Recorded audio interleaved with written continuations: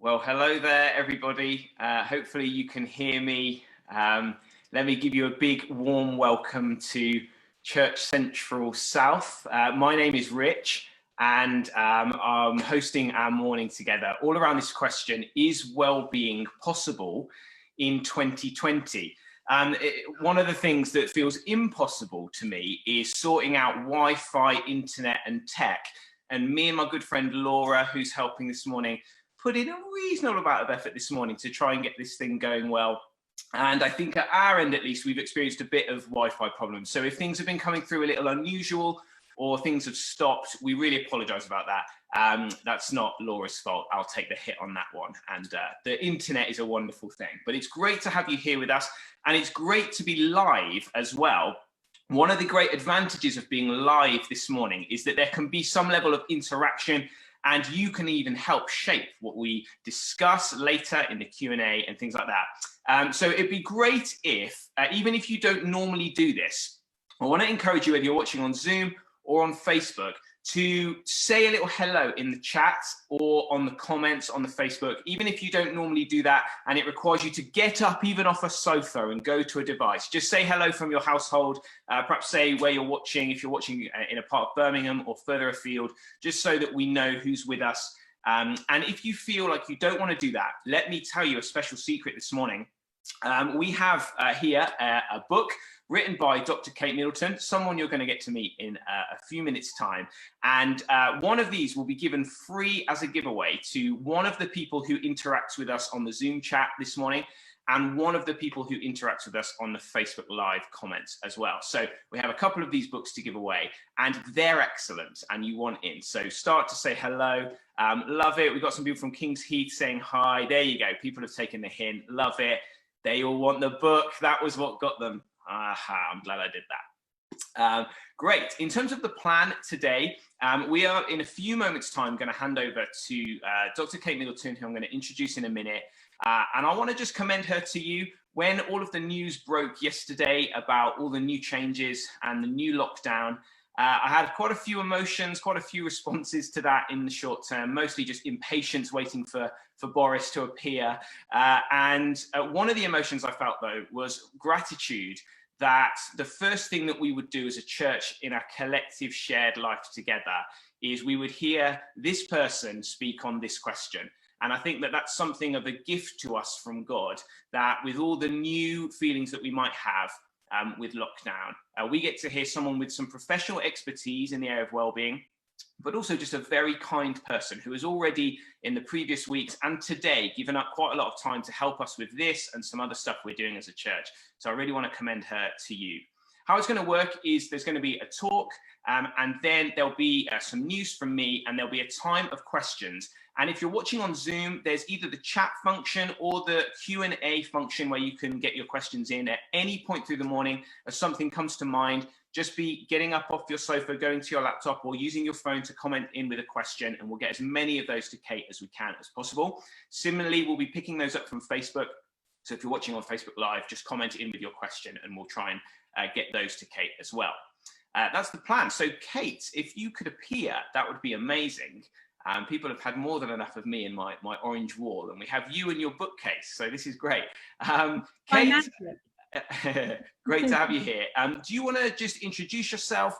Perhaps say a little bit about you, your professional background, your interest in this question, a bit about family life, maybe. Yeah, who are you, Kate? Sure. So yes, and I always like to start these things just to clarify that I am not married to Prince William. That is not my family circumstance. So I'm a psychologist and church leader. We live in Hitchin in Hertfordshire. And so I've got two kids. I've got a teenager who's 15 and I have an 8-year-old boy as well. We are currently, slightly ironically, on isolation due to somebody in my son's class. So they got sent home. So we are isolating up to the end of Wednesday. Woohoo! Just in time to move straight into lockdown. So that's fine. We are positive about that. It's all good. I could feel the positivity and the irony. I have not left the house for 10 days. So we're all hemmed in here. Well, pretend that you're now in Birmingham, because in some way you are. So that's great. Just one quick question before I hand over to you. Some of us will know and will feel our need of some input on this question. Like the news will have hit, and is well-being possible in 2020? Is well-being possible in November? Will feel like a big question to us. Others of us will feel a little bit more like this isn't really something we need, or it's not really for us. How would you see that? Is well-being a niche question for the few who are obviously struggling? Is it a little bit broader than that? What's your take on that? Yeah, that's such a good question. And I think one of the things that's really interesting about this time for me as a psychologist is how it has pushed us all into a place where well-being has become interesting. Whereas I think previously, one of the problems with this whole area is we like to think of life like there's two boxes. There's an ill box and there's a well box, or there's a sad box and a happy box. And most of us are in the well and happy box. And so mental well-being, emotional well-being, mental health, it's this thing that is for people who are in the other box. And we like to think about that, I think, because it's a lot quite protective. We like to think of ourselves as basically probably a lot more stable and less emotional than we actually are. And actually the reality is mental health and well-being, just like physical health, is a line. We all have emotional health and we move up and down the line, and tough times, challenging times, pressured times push us into a place where that becomes more of an issue. And that's the unprecedented word. I promise not to say it again. It's really, really annoying. But that's why this is so unusual, because we're all in that space where it's become relevant. So for me as a psychologist, usually I spend all my time sort of throwing helpful tips into other people's situations, and they're not so relevant to me. Right now, everything I share with you this morning is stuff that I am actively putting into place. I'm doing it with my family, with my friends. It's absolutely acutely as relevant to me as it is to anybody who's watching in this space. And that's the reality of mental health and well-being all the time, but particularly right now. Fantastic. Kate, you're allowed to say unprecedented, just don't say the new normal at any point, okay? Otherwise we'll disconnect you from the call. Kate, over to you. You go for it. Yeah, we are glad to be receiving from you today. Go for it. Yeah, okay, yeah. So I won't mention new normal at all after this moment. Whatever this is, it certainly ain't normal. In our house in the summer, we had this phrase through August. It was part of our family denial, which was normal by Christmas. And I think we now all know that definitely is not a thing. So what I want to talk about today, therefore, in the context, particularly of the last 24 hours, this is so relevant, is hope. How do we find hope? How do we hold that most elusive of things, hope and life, stuff that keeps us going in the darkest seasons? How do we do that for us, but also for the people that we love, the people who we're friends with, the people who we're supporting, the people who we want to bring through this season with us?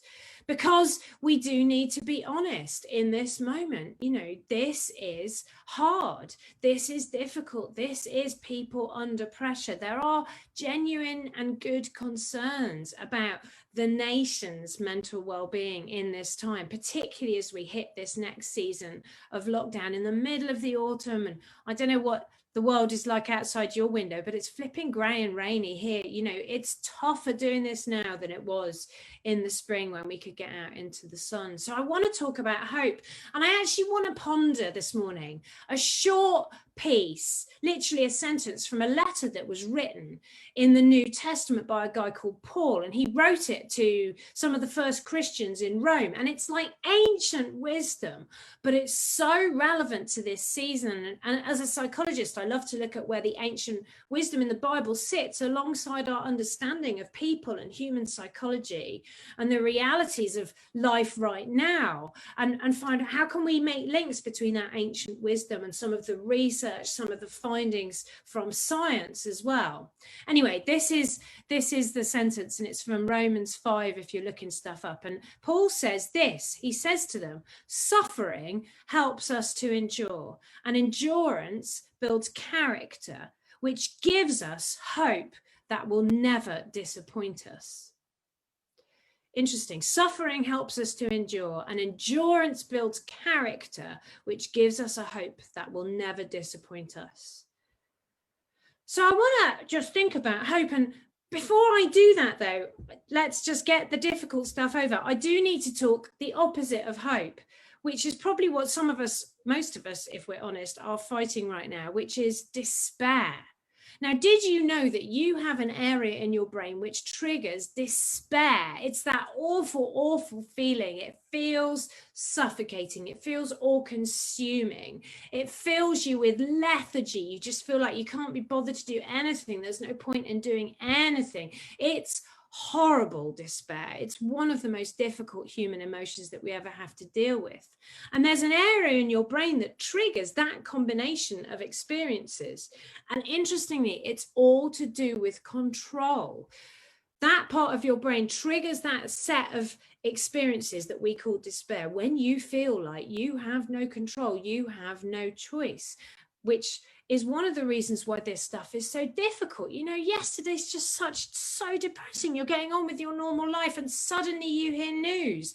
Nothing to do with your choice, nothing to do with your control, but the next month is going to be totally different to how you thought it was going to look.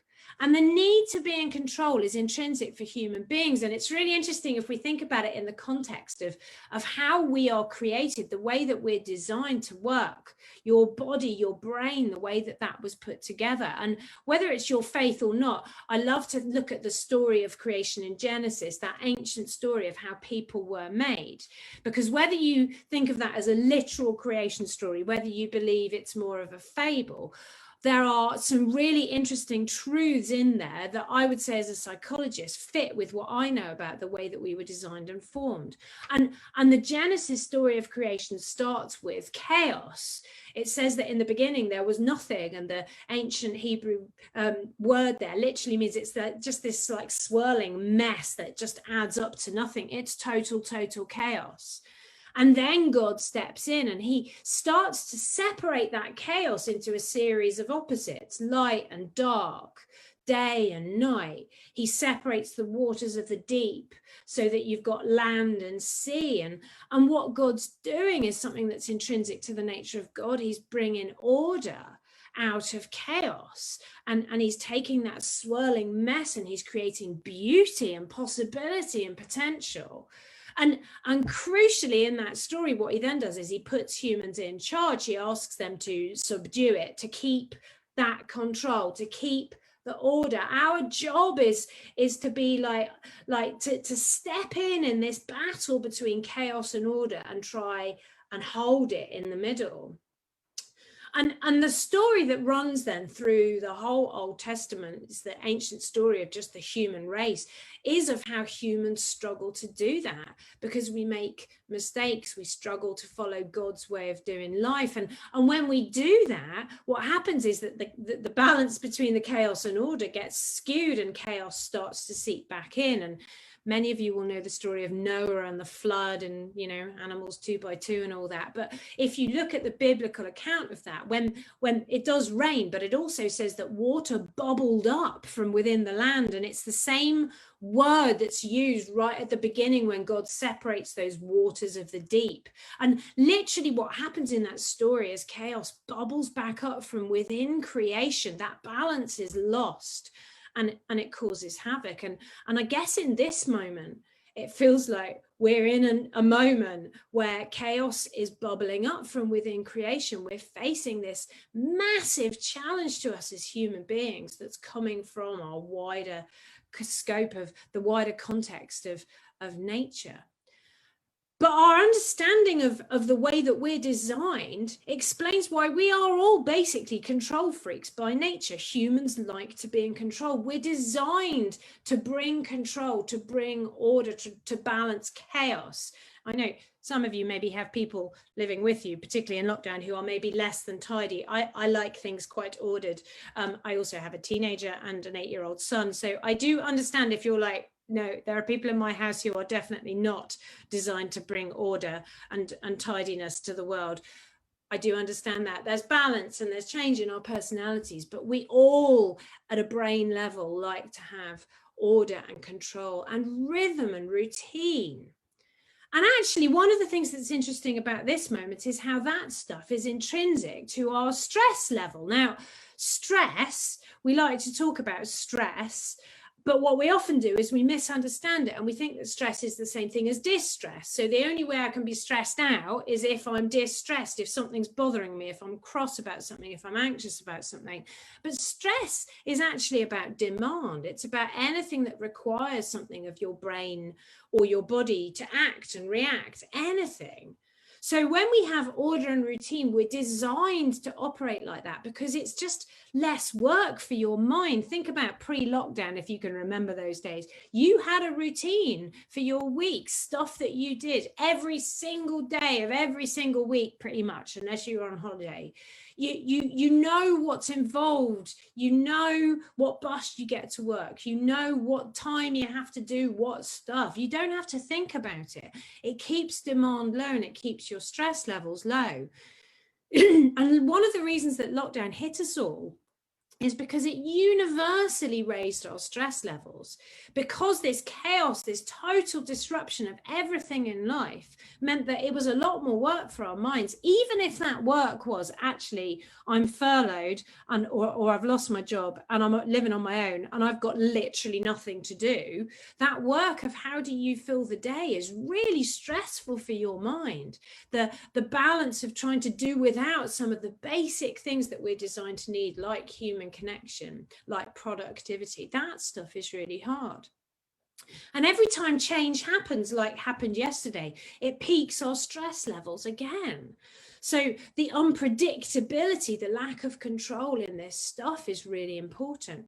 And actually, that same physiological pathway that stress operates on, because it's about making sure that you're ready to act and react, there are key emotions that use the same pathway. So emotions like anxiety, like anger, like frustration, those emotions are designed to make sure that you don't miss anything that's going on in the world around you that might require you to act or react. So they trigger the same pathway. And the reason all this matters is because we can manage stuff really well if the baseline on that system is relatively low. So think of it a bit like the water level in a pool. If your baseline is around by your ankles, the little challenges of everyday life, they're like waves in that pool. And when the baseline's round by your ankles, a wave is not a problem at all. You've got capacity to deal with it. But we all have at the same time a crisis point, a point where that water level rising it's on the edge of becoming really critical, because our capacity, our genuine ability to juggle everything, to manage everything that's being thrown at us, it's about to be overwhelmed. You literally feel like you might go under. And in this season, so many of us, we've been operating for like 6 months now on the edge of overwhelm, on the edge of that crisis point. And it literally changes the way your brain responds to the world around you. It puts your mind onto a kind of emergency setting. You know, like when the fire alarm goes off in a big building and all the lights go out except the ones in the corridors, the really crucial ones. It's like your brain does that. It changes the way that it functions and processes in order to reduce demand so you can focus on the stuff that really matters. And there's 3 main ways that changes the way that you respond. First of all, your brain tries to simplify everything. Remember that stuff about order? So your brain likes order. It tries to pretend that the world is simpler than it actually is to reduce demand. And it puts everything into either or categories, black or white categories. So a situation or anything is either good or bad. Something you try and do, you either succeed or you totally fail. Somebody is either for you or totally against you. Everything becomes very stark. And because you're a little bit twitchy, a little bit sort of paranoid, because your brain is in that emergency mode, we're much more prone to interpreting things as though they're negative. So something is bad, people are against you, you just start to feel like rubbish, like you're not succeeding in anything. That binary thinking, that black and white thinking, can end up with it feeling like things are even worse than they actually are. Alongside that, because you're so close to overwhelm, you become emotionally really hypersensitive. So those little waves that normally you would manage fine are triggering emotions now that push you straight into that overwhelm zone. So everyone is so prickly right now. Everybody's tolerance level is like rock bottom. A little thing, you're just like, I'm sorry, are you kidding me? We are much more prone to getting cross. There is more conflict around. We're feeling more anxiety than normal. People who would never have said they had any problem with anxiety before are now experiencing it and starting to struggle with it. And the third thing is difficulties with memory, with attention. If you think about it, in a moment when anything could happen and your brain's on emergency mode, to get that kind of focused attention, psychologists call it flow, when you're really in the zone and focusing on something, that's not a good idea, because you should constantly be keeping an eye out in case something happens that you need to respond to. But that's maddening. So many people are saying to me, like, I can't concentrate, I can't read, I can't watch a movie, I can't get work done. I feel so inefficient. I'm not remembering things. I'm all over the place. And that's why there's nothing wrong with you. You're just on the edge of overwhelm. That's a normal human reaction. Sleep is another thing that so many people are struggling with right now. And it's because, again, like, if you're on the edge of potential catastrophe and emergency, it's not a good time to totally switch off and go to sleep. So we're more wakeful than normal. We struggle to get to sleep. If we do wake up, ping, your brain is awake. It's a challenge, and loads of people are struggling. And that means that you add to this wonderful mix exhaustion as well, because you're just not designed to live long term in this space. So we need to recognize the peak in our stress levels, understand that we're not going mad. You know, that verse that I spoke about talks about persevering and endurance. This is not a choice. We are in a place where we're having to endure. We've been under something for a while here, and it is difficult. So we need to release ourselves from that. So many people are saying to me, like, I just don't feel like myself. What's wrong? Have I changed? And I want to say to you, this is not about weakness or you being a bad person or anything like that. You don't need to feel anxious about it. You don't need to feel guilty about it. But we do need to recognize we're all under pressure. So let's get on to the good news. Let's think a little bit about hope. Because in this moment where we are under something that's difficult, where we are having to persevere and stick with it because, frankly, we don't have any other choice, that part of our brain that could trigger despair is being activated. But there's another bit of your brain, it's called the hope circuit. And what it does when we activate that bit is we switch off the despair triggering bit of our minds. So this is really key to what do we do now? How do we react to a situation like this? Because if we can do this better, we can switch off our despair, we can dial down the despair and hold up our hope. And that would be a good thing to be able to do right now. And the good news is you can learn to do that better, because your default when you're a kid is to feel pretty helpless, to feel like you don't have much control, because you don't when you're a kid. You're not able to. You need to be dependent on other people. But as you get older, as we become more adult, as we mature, if we're lucky, then life puts us in circumstances when we learn that we can influence stuff, we can change stuff, we can bring good stuff to our world, to other people's world, to the world around us. And that sense of confidence in ourselves means that we grow our ability to bring control, to bring change, and to trigger this so-called hope circuit, which makes us feel good. It triggers good emotions that, importantly, and particularly in tough times, can become the antidote to those difficult times. So I want to talk about 3 things then that we can do that trigger this hope center, but also switch off the other one. And those are things that we can do in this moment, just because we need to do something to deal with a difficult season, but also because what it means is, as we practice those, this season becomes a time when not only might we just be able to get through it better, maybe not just survive it, maybe even have moments of thriving, but it also means that this season, tough times, can be moments when we can grow inner strength, we can mature, we can develop our reserve, we can become stronger. It's what that verse talks about, how perseverance and enduring can build character.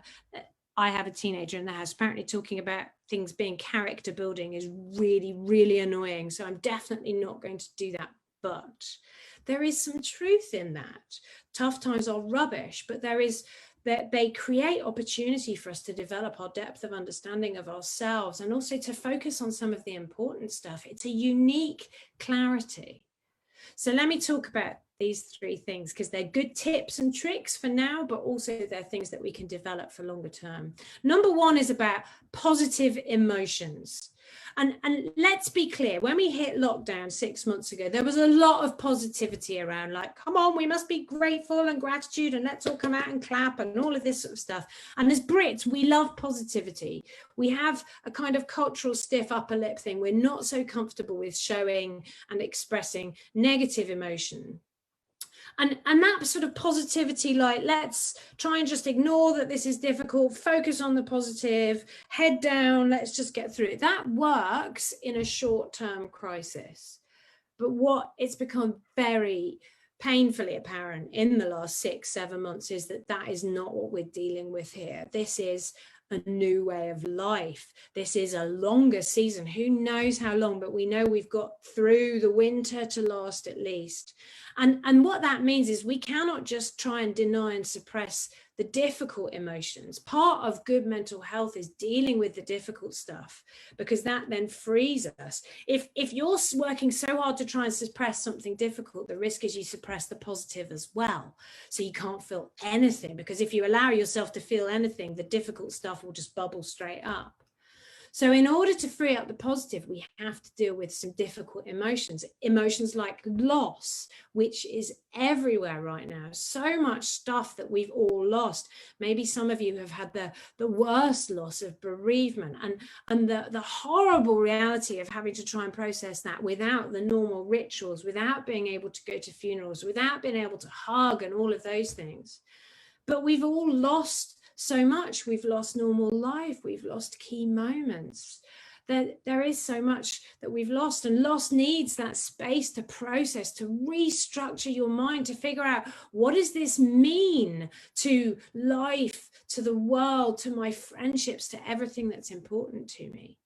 Anxiety is another difficult emotion, and anxiety is your brain's smoke alarm. It grabs your attention and says something really important might be happening. And that means that your anxiety is being triggered everywhere right now, because we are in a space where risk is all around us, where so much is new, so much is unusual.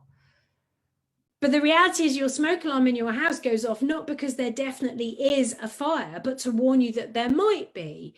And usually there isn't in my house. Usually it just means someone's put the toast on. Actually, literally our smoke alarm went off just before I came live on this call. So it's good it wasn't half an hour later. And actually that was steam. Someone had just had a very hot shower.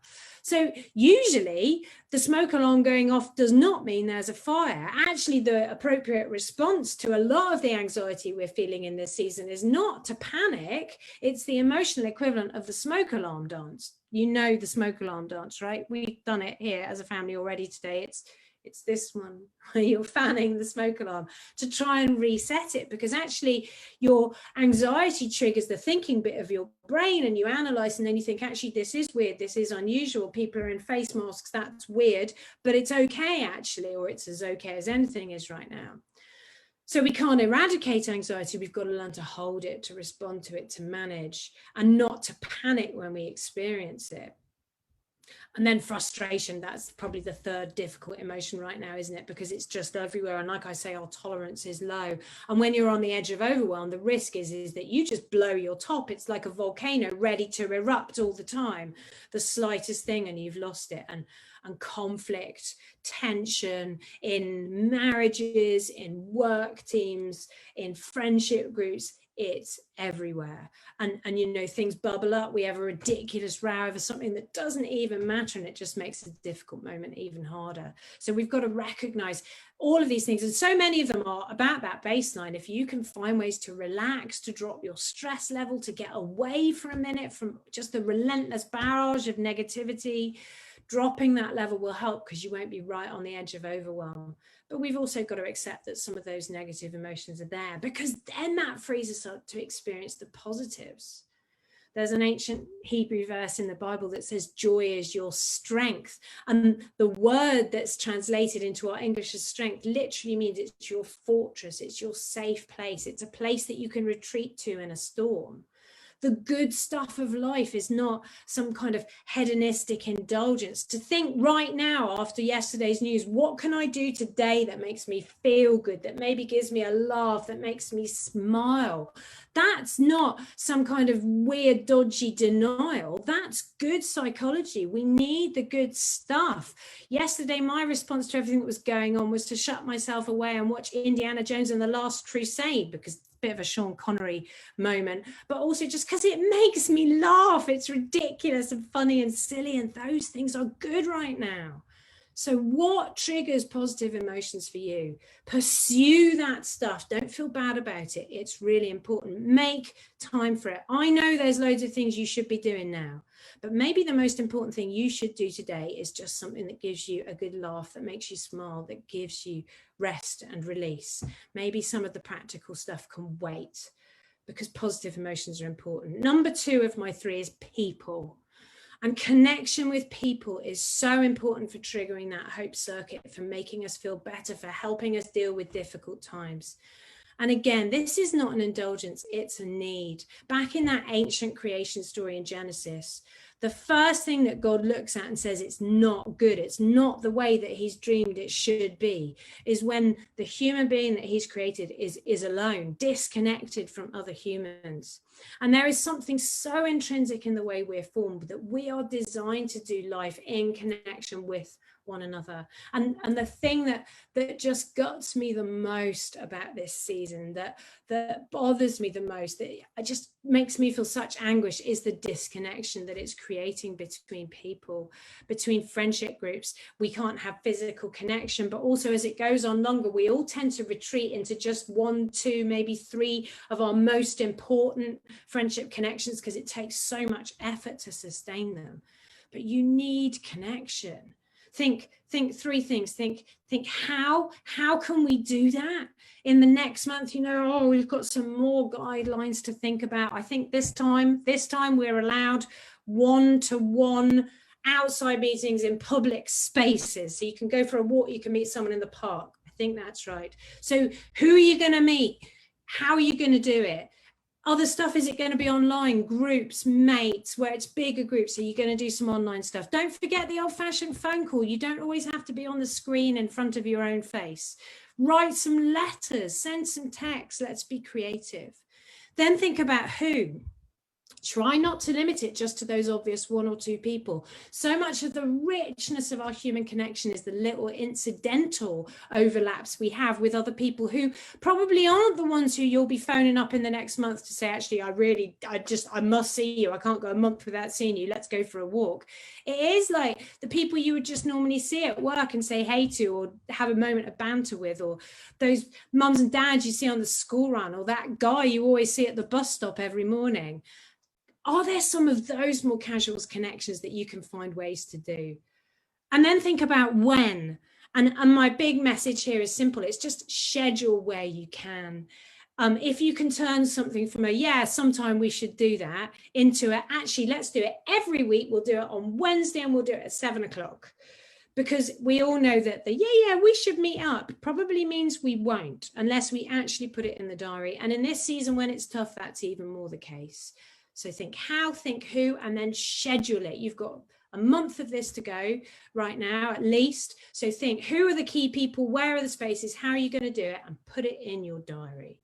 People are so important. And then number 3, let me finish with my 3rd P, which is productivity.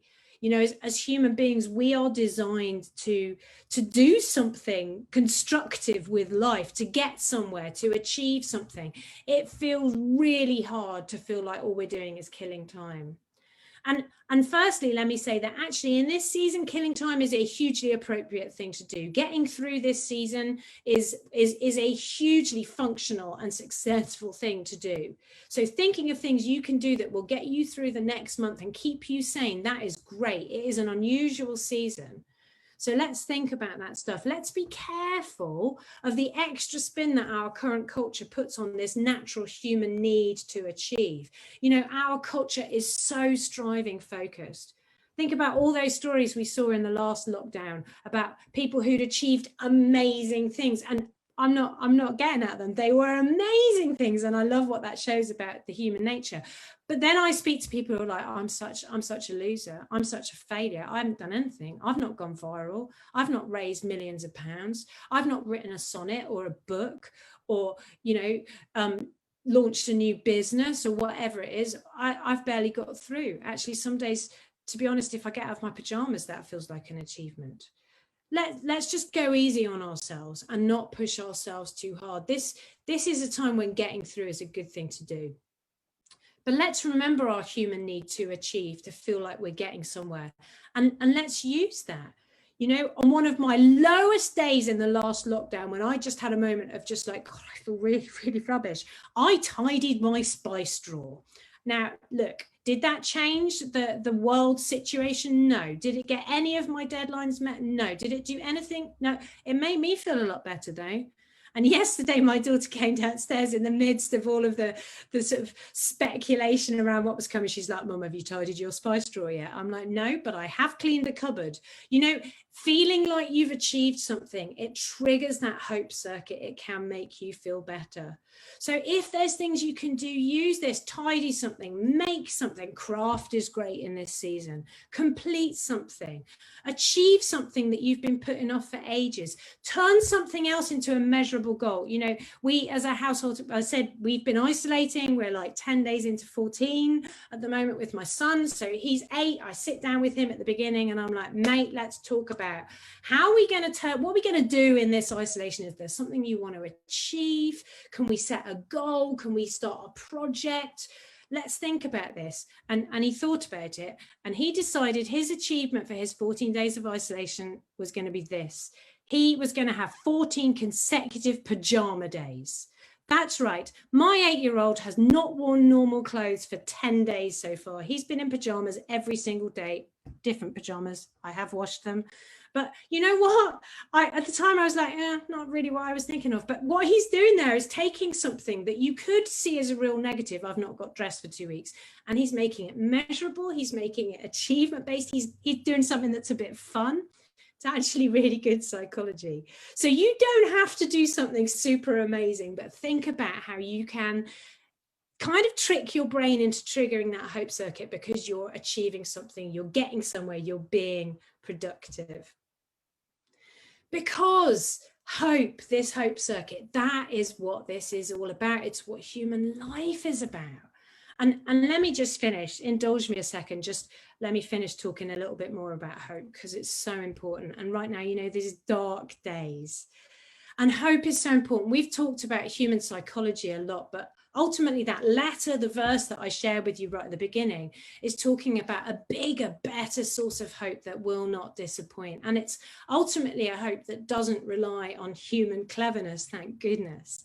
It's because it comes from a higher source, a source that's beyond our human world and some of the human stuff that's flying around. It's from God. And Paul says that he fills our hearts with his love.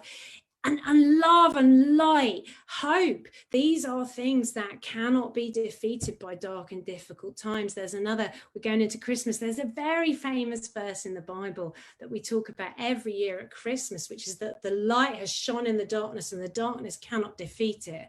And literally the word that's used there can mean it can't smother it, it can't put it out. Hope and light and love, some of the good things about what it means to be humans. No matter how dark or difficult season this is, we cannot smother those things. We cannot suffocate them. We cannot put them out. So let's hold on to those things. Let's remember our P's, the stuff around positive emotions and giving space for the negative ones.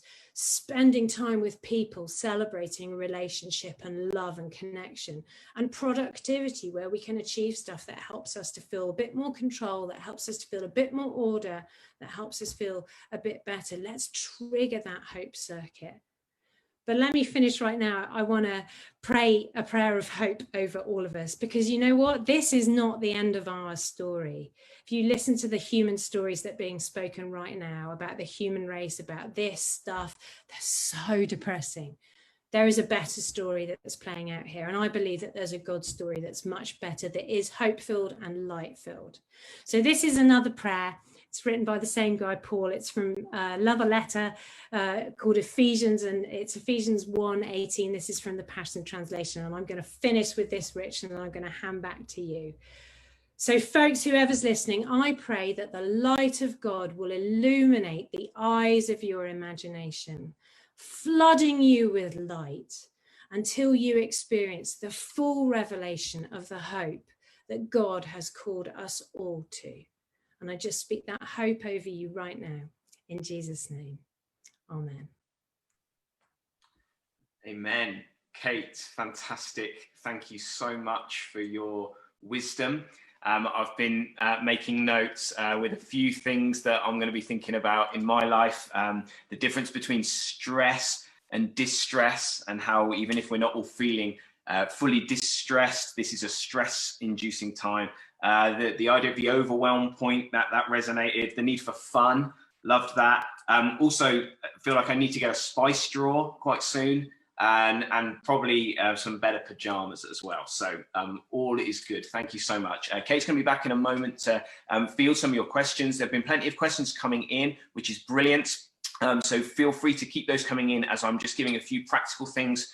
You can use the Q&A function on Zoom, or you can use the Facebook comments. The Q&A function on Zoom has an option to be anonymous as well. So if you want to put something in without your name, then you can do that there, and we'll get as many of those to Kate as we can. Just want to flag up a few practical things.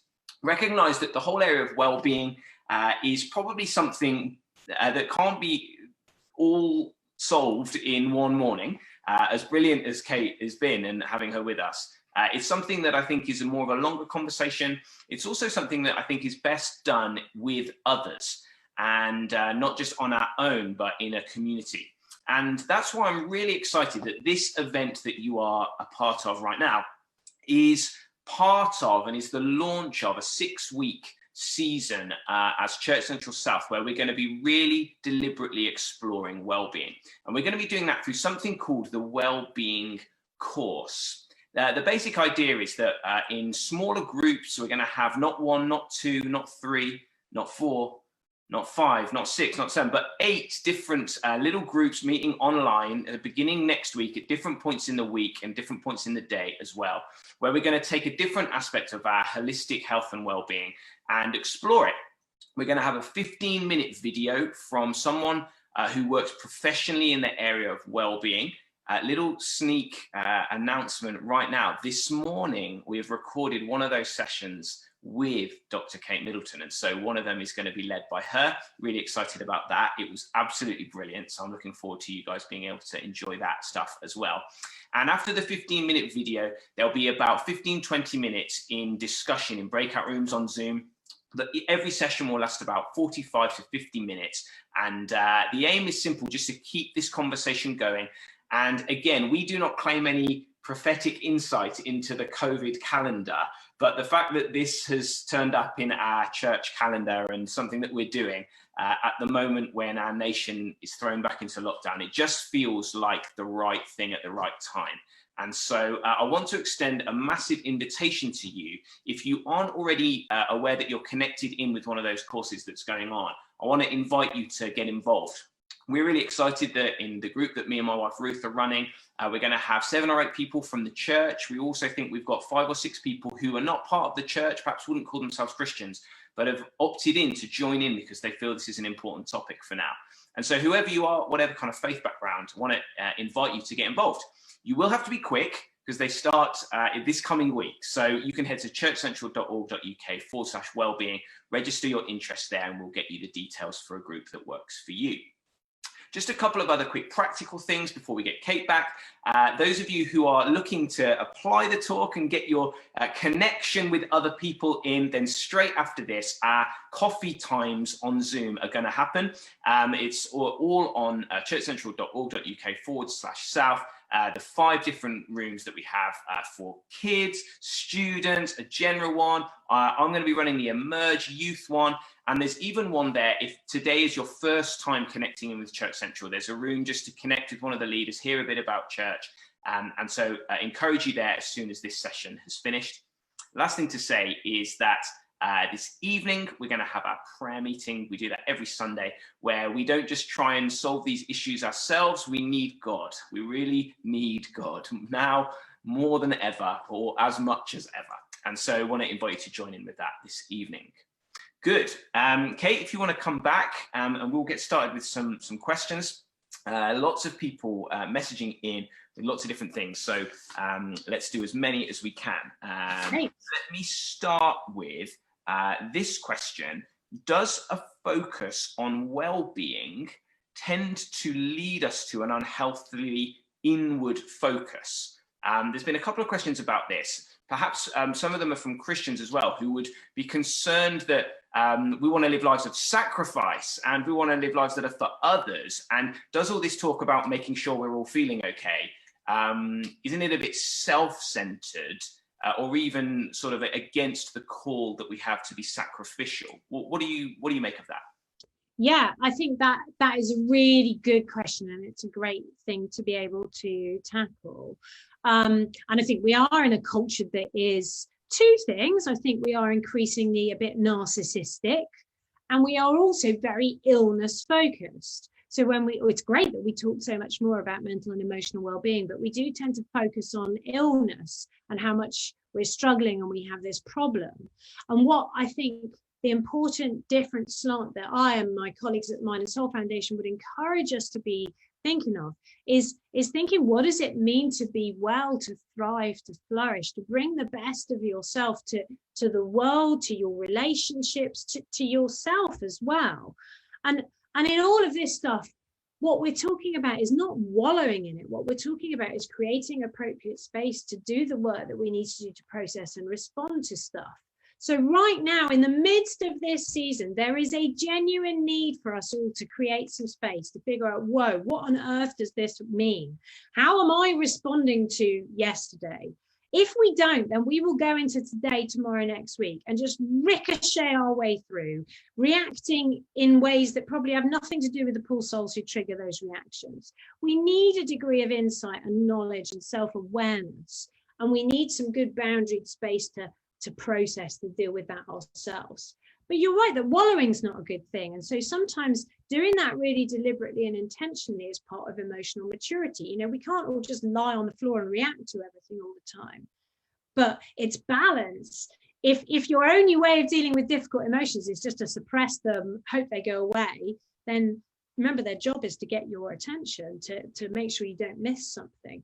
You are going to struggle eventually, or you will have an impact on the people and places around you that could be potentially quite negative. So I think it's about balance. It's about doing it well, doing it enough, but doing it in the right way with the right focus. Yeah, fantastic. Yes, if we're burned out and ratty, it's no use to anyone. And so it's self-care that we might be self-loving, I suppose, or other loving and serving other people. Yeah, brilliant. Lots of questions coming in. Question here, any tips regarding conflict resolution when you can't meet with people face to face? Yeah, any thoughts on that? Gosh, it's so hard dealing with conflict right now, isn't it? And I think in a lot of ways, a lot of us know that a lot of the conflicts that we're having are probably a little bit ridiculous, and a little bit partly because we're all just cheesed off with the world and our tolerance is super low. I know that's definitely. I actually left a slightly passive aggressive note on a badly parked car the other day, and I did get home and later on was like, I can't believe I did that. I would never normally do something like that. So I think we do know that. So I would say number one, things you can build into your rhythm and routine that keep your stress level lower. They really matter right now. And in this lockdown, you know, we're still allowed out for exercise, getting out, getting away, turning the flipping radio and the news off sometimes so that we can escape stuff, that things that make you laugh.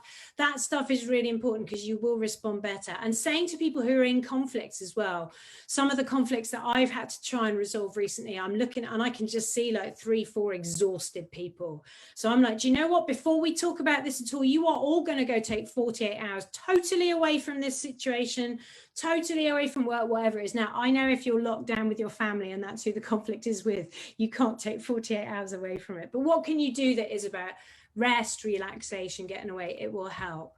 The second big tip is, I think when we're in conflict, what we've got to do is try and get away from the thing that is the thing and try and find some things that we all do agree on and start from there. So starting from a space of actually, we don't all hate each other, hopefully. We're all a bit cheesed off right now. This is difficult. What are the things that we can agree on in this moment? And starting from that shared space of things that we can agree on will then enable us to be more collaborative in terms of how we deal with the stuff that's much more difficult. And I think that's important. But probably the single most effective thing we could all do to help with conflict right now is drop that baseline. So it seems like a weird thing. The solution to this is something that isn't related to this at all, but I think that's probably my number one tip. Yeah, fantastic. Get the spice drawer sorted. Absolutely. A question here, which would be relevant for quite a few people in Church Central South and friends of our church as well. Any tips for key worker households who need to continue working full time during this season, so therefore don't have much capacity for doing all the life-giving stuff because of daylight hours, energy, things like that. So any tips when, I guess, the dark nights set in, and if we're busy, how do we find space for those sorts of things? Yeah, and I'm so glad that we've mentioned the key worker households, and there is a real and genuine concern for people who are key workers right now, particularly because a lot of us, and I say that because I include myself and my household in this, we haven't stopped, and we're now 7 months in, and we are now hitting probably the hardest season. And teachers, healthcare workers, people who've been supermarket workers, people who have kept going through all of this, delivery people, you know, whatever your role is that you're going to have to keep doing, I'm guessing you're probably quite shattered right now. And I think there is a genuine concern as this extends for, are you going to manage to keep yourself going? So I know time is difficult, but I would say there is nothing more important in your week than the things that you're doing that are going to help you to keep going. And that might be the stuff that is a positive moment. It might be good sleep.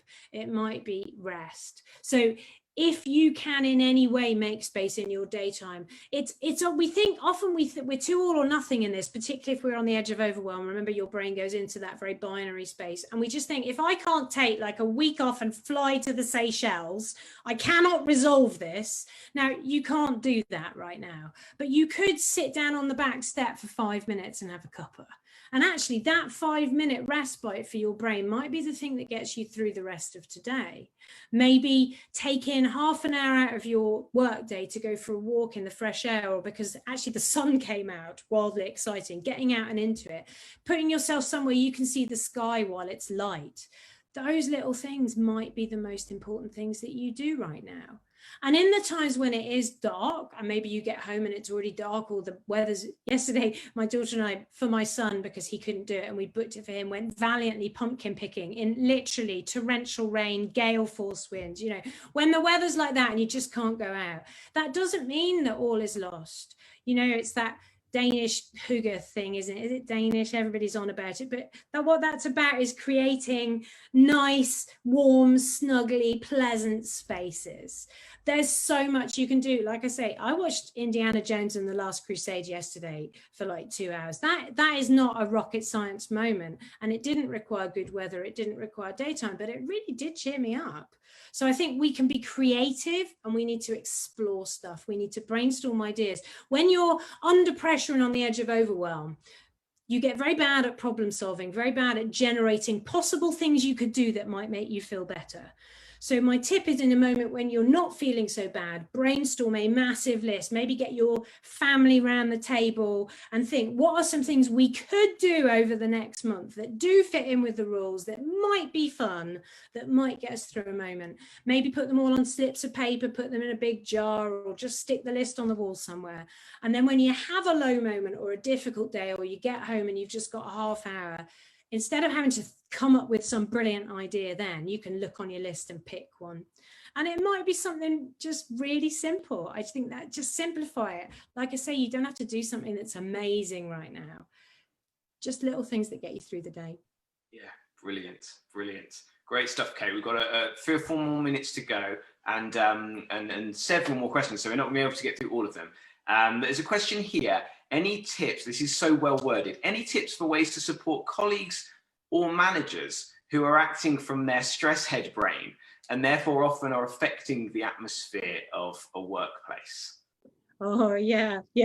Okay, and I might add teachers in there. And I'm the governor of a local school, and obviously I've got kids in school, and so I'm very aware of some of the stories I've heard, particularly from my daughter, of moments where I thought, oh man, that's a teacher who is stressed out. And the problem is our emotions affect other people. It's back to that first question about, is this like really super self-indulgent? Should we all be like looking after other people? You are looking after other people if you look after yourself, because if you are hideous to be around, then you're going to make their life miserable. Kids and teenagers in particular, they take their emotional cues from us. So one of the best things we can do to support them is support ourselves. So tips and tricks, if you are a manager, if you are a leader, one of the most important things you can do in this season is look after yourself well. If you've got someone else who's in that space, I would say the conflict moment is generally not a good time to try and address anything, because everybody's in overwhelm. You are in that zone. Brains are on emergency mode. Remember that thing around how people are either for you or against you. When you're in that mode, it can feel like everyone is against you. It's like being in a boxing ring. Everybody retreats to their corners. We're all super spiky and prickly. So retreat. Don't even try then. But another time when things are more relaxed, more pleasant, or if you can create a more relaxed, more pleasant moment, get out of the context. Well, I was going to say go grab a coffee before Thursday. Go do that. After Thursday, go for a walk with one other person in an outdoor space. Whatever it is that you can do, but create a space that's less intense. And then maybe you can say, actually, mate, how are you doing? Because you do seem stressed, and you must be carrying a lot right now, and see if you can open it up. Yeah, fantastic. Thank you. Kate, we're going to probably have time for one more question. And there's a couple of questions around this. So I'll perhaps kind of group them together. We're obviously here as a church, and many of us would have a faith in Jesus. Some of us wouldn't. What's your take on the relationship between Christianity and well-being, in the sense that some people have asked, do Christians have a monopoly on well-being? Do you have to be a Christian in order to have well-being? Does being a Christian impact your well-being? That sort of relationship. So what do you think about that? I think if Christians had a monopoly on well-being, I'd be out of a job for a start. So I can guarantee that isn't the case. Life is tough and we all struggle sometimes. But I would say that there's 2 things that having a faith perspective really does bring, which is so valuable in this season. And that the first is hope, that bigger, better source of hope. The belief that there's a bigger story being spoken here, and that even when we get involved in good stuff, we become part of that story. There's a New Testament verse, it's another Paul thing, where he says that when we get involved in stuff, when we do good things, we become part of God's poetry. It's such a beautiful Greek little expression. And it's like when you help someone out, when you speak a positive word, when you do something good in the middle of lockdown, it's not just an individual isolated thing. You become part of a bigger, better song that's being spoken over this world. I love that. The other thing, though, is just a different perspective. Our culture is so achievement focused, so perfection focused, so superhuman focused. We feel like if we're supposed to be effective and decent and good enough as humans, we have to hit this amazingly high bar. But the Bible story is one of where power is made perfect, and that word perfect in the verse means released to its fullest extent. So God's power, God's story is released to its fullest extent, not through human perfection or strength or superhumanness, but through weakness, limitation, vulnerability. So things that in our world story might make us feel not good enough and like we can't play a part, we've got nothing to bring. Actually, in God's story, that you become a main player. You can change the world. Maybe you are vulnerable right now. Maybe you've been shielding for 7 months. Maybe you're struggling emotionally. Maybe you just feel like you're dealing with this all rubbish. But actually, in God's story, you're an amazing part of that. You have so much you could bring, such an amazing part to play. And I think that in all of that sits in a foundation of just knowing that we are loved, we are valued for who we are. And that's awesome.